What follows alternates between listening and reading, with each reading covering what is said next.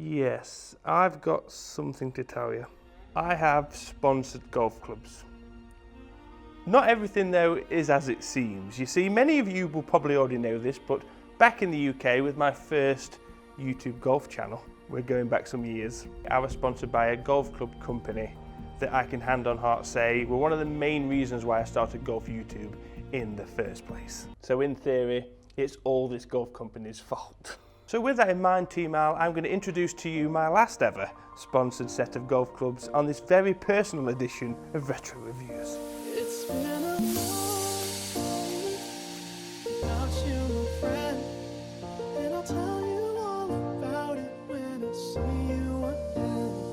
We've come a long way from where we began. So for this retro review, we're in 2015. So in that year, I met Ollison and Molinari at the Archerfield Links in Scotland. Beautiful place, absolutely gorgeous. And it was the launch of the brand new Nike Vapor range. So you may have seen or heard Rick Shields' podcast, and you would have noticed a guy on there called Guy. What you probably didn't know is Guy fitted me for these golf clubs. True story. Yummy.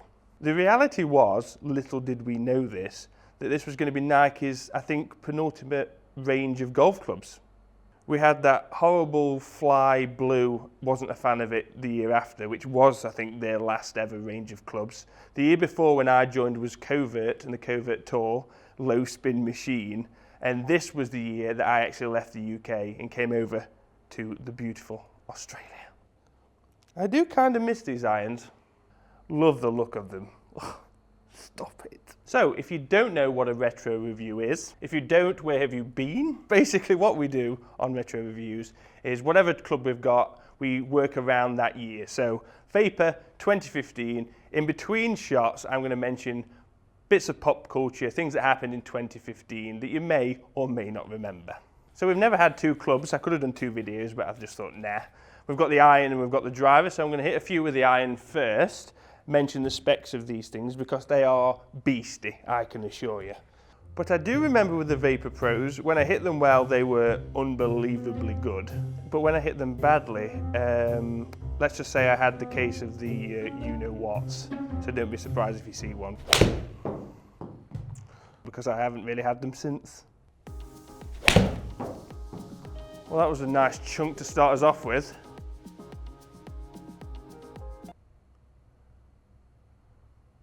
Oh, crikey. So this is the 6-iron Nike Vapor Pro. I don't think I was into hard stepping at this point, but it's still a beastie shaft. Project X 7.0. Could have been influenced a little bit by Rory's shaft decision that year. Pretty sure he was the 7.0. Nah, not me.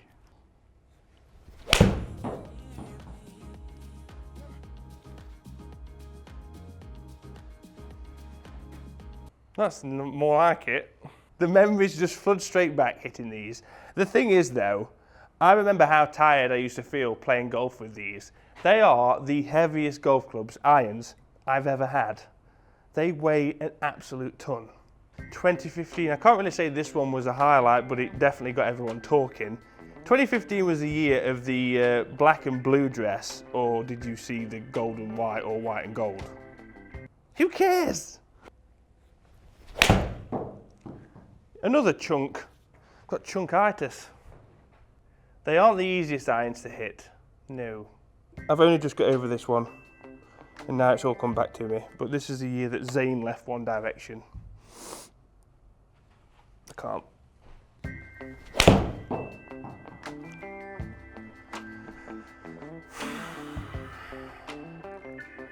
That's like really left. Sorry. Yeah, got this going a little bit left. But if I try and not hit it left, watch this. Okay, hit it well. I was expecting a Sherman. That's hit. 2015 was the year that Australia got Netflix. It's random. They are left of the world.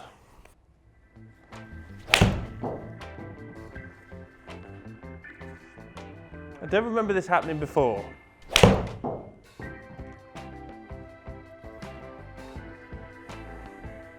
So this next one is a Game of Thrones spoiler, so if you haven't seen Game of Thrones, you're going to watch it. Cover your ears and eyes. But this was the year Jon Snow died and then didn't die. Iconic. I feel like I've really got to work this. Hard work. Definitely the iron version of Thor's hammer.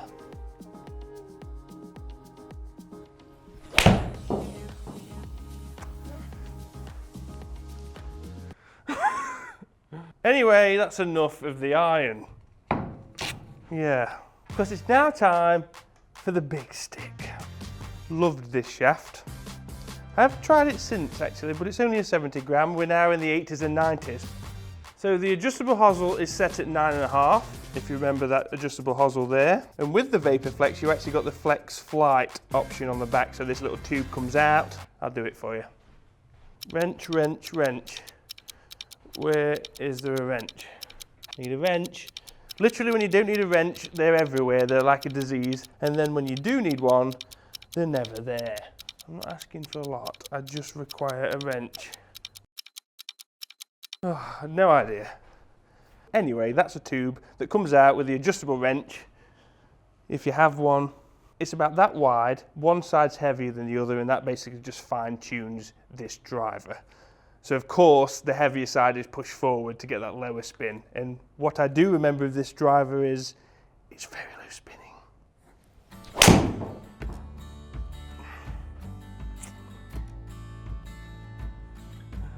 Oh yes.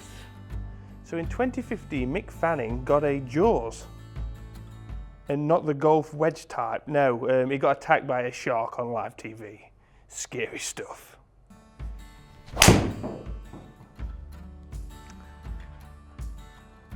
There's a common theme here. That is Left of the Earth. So popular songs in 2015 included Wiz Khalifa and Charlie Shoe.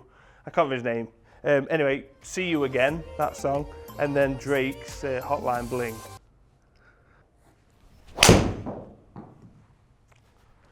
Bit more out the meat.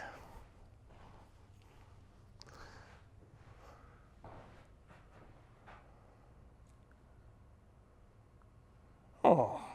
Star Wars The Force Awakens is the year's biggest movie, just pipping the Avengers Age of Ultron.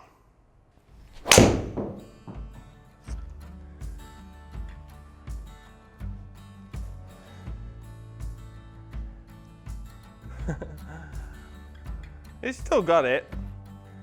It definitely has still got it. So this is one for the Nike hardware golf geeks. Remember, in this range we had the Flex, we had the Pro, which had the cavity, the smaller head, and then the Speed, which also had the cavity, bigger head, designed for the higher handicappers. I'm pretty sure the Speed as well wasn't adjustable. Don't quote me on that.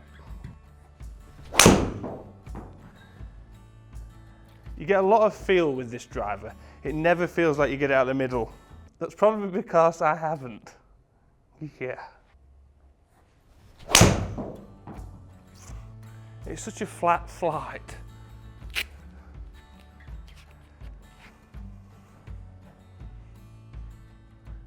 Yeah, I wouldn't put it back in the bag. I miss it and I'll never get rid of it, but yeah, even just going on feel alone, it just doesn't feel quite right. I've got something else to tell you. So Nike's headquarters is in Amsterdam. I got invited there, I think 2015 as well. Yeah, I fell in the Amsterdam Canal. Another true story. Can't actually take me anywhere, can you? No. Just a bit of fun, guys. I wanted to bring you back to what really started it all off for me, really. I wouldn't give all the credit to Nike Golf to say I started my YouTube, but they played definitely a big part in starting me, getting me set up, and I wanted to share that with you guys because I do miss the hardware side of things. It was nice to have them on board. It was a big bombshell when they decided to cut hardware off altogether, just as when I thought they were getting they were getting it right, you know. I thought Vapor especially was an unbelievable range of golf clubs. The Fly, the colour, like I say, not great, but that was my opinion. I know people did like that stuff. But if you have any other questions on this range, I don't know why you would, it's very old, put them down in the comment section below. If you're not already a member of Team Al, hit that subscribe button. Remember retro reviews, if you've got any ideas of what you would like me to bring back for one night only, comment below. And of course, follow me on social media, Facebook, Instagram, Twitter. The links are below. Thank you.